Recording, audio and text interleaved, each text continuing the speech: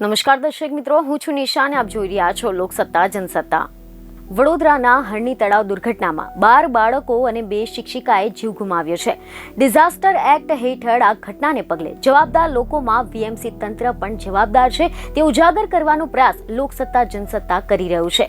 વડોદરાના હરણી તળાવ દુર્ઘટનાને લઈને જીવ ગુમાવનાર લોકોને કેવી રીતે ન્યાય મળે અને પોલીસના ચોપડે નોંધાયેલા આરોપીઓ ઉપરાંત તંત્રમાં સત્તા પર બેઠેલા લોકો પણ શું આ સમગ્ર ઘટનાને રોકવા માટે કોઈ રીતે સક્ષમ હતા કે કેમ અને કાયદાની જોગવાઈ પ્રમાણે નક્કી કરાયેલા નિયમોનું ઉલ્લંઘન થયું છે કે કેમ તે જાણવું પણ આવશ્યક છે. ત્યારે આવી જ બધી ઘટનાઓને પહેલેથી જ રોકી શકાય તેવી દૂરંદેશી સાથે પ્રધાનમંત્રી નરેન્દ્ર મોદી પોતે જ્યારે ગુજરાત રાજ્યના મુખ્યમંત્રી હતા તે સમયથી ડિઝાસ્ટર મેનેજમેન્ટ એક્ટ 2003ની રચના કરવામાં આવી હતી. તેમની દૂરંદેશી હતી કે આ પ્રકારના એક્ટના કારણે બનતી ઘટનાઓ માટે પહેલેથી જ આયોજન થતા હોય અને એ આયોજન પ્રમાણે વહીવટી તંત્ર સાબદું બનતું હોય અને આવી જ બધી ઘટનાઓ બનતા પહેલા જ તેને રોકી શકવા માટે તંત્ર સફળ થાય. વડોદરા મહાનગર સેવા સદન આ એક્ટમાં કેવી રીતે પોતાની જવાબદારી નિભાવી શક્યું હોત તે વિશે જાણીએ. અને હવે વડોદરા મહાનગર સેવા સદન આ એક્ટમાં કેવી રીતે પોતાની જવાબદારી નિભાવી શક્યું હોત તે વિશે વાત કરીએ તો ડિઝાસ્ટર મેનેજમેન્ટ એક્ટના પ્રકરણ 10માં સમાવેશ કરેલા કેટલાક મુદ્દાઓ સમજવા જેવા છે.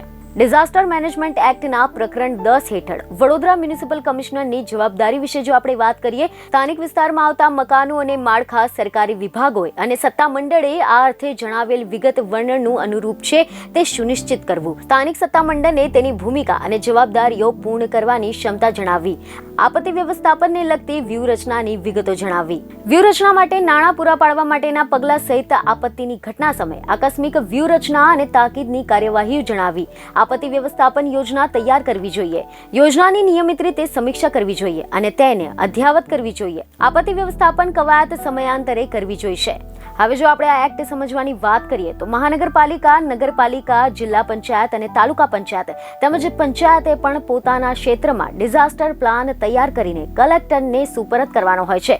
ત્યારે આ ઘટનામાં જિલ્લા ડિઝાસ્ટર મેનેજમેન્ટ જેટલું જવાબદાર સમજી શકાય તેટલું જ જવાબદાર વડોદરા મહાનગર સેવા સદન પણ છે એ વાતને નકારી જ ન શકાય. વડોદરા કોર્પોરેશને વર્ષ 2022-23નો ડિઝાસ્ટર મેનેજમેન્ટ પ્લાન 732 પાનાનો તૈયાર કર્યો છે અને તેમાં પણ હોડી ડૂબવાની ઘટનાનો ઉલ્લેખ કર્યો હતો. પરંતુ શહેરમાં ક્યાં આ પ્રકારની ઘટના બની શકે છે, તેમાં જો બચાવની કામગીરી કેવી રીતે કરી શકાય અને આવી ઘટના બનતા કેવી રીતે અટકાવી શકાય તે બાબતનો ઉલ્લેખ ક્યાંય કરવામાં આવ્યો નથી અને જે કોર્પોરેશનના ડિઝાસ્ટર મેનેજમેન્ટ પ્લાનની બેદરકારીને ઉજાગર કરે છે. વડોદરા મહાનગર સેવા સદન હદમાં આવતી હરણી તળાવ દુર્ઘટના માટે જો અગાઉથી જ મહાનગર સેવા સદન દ્વારા ડિઝાસ્ટર પ્લાન તૈયાર કરી અને જિલ્લા કલેક્ટરને સુપરત કરવામાં આવ્યો હોત તો આ બનેલી દુર્ઘટના કદાચ ન બની હોત અને આજે શહેરના ભૂલકાઓ અને 2 શિક્ષિકાઓએ જીવ ન ગુમાવવો પડ્યો હોત.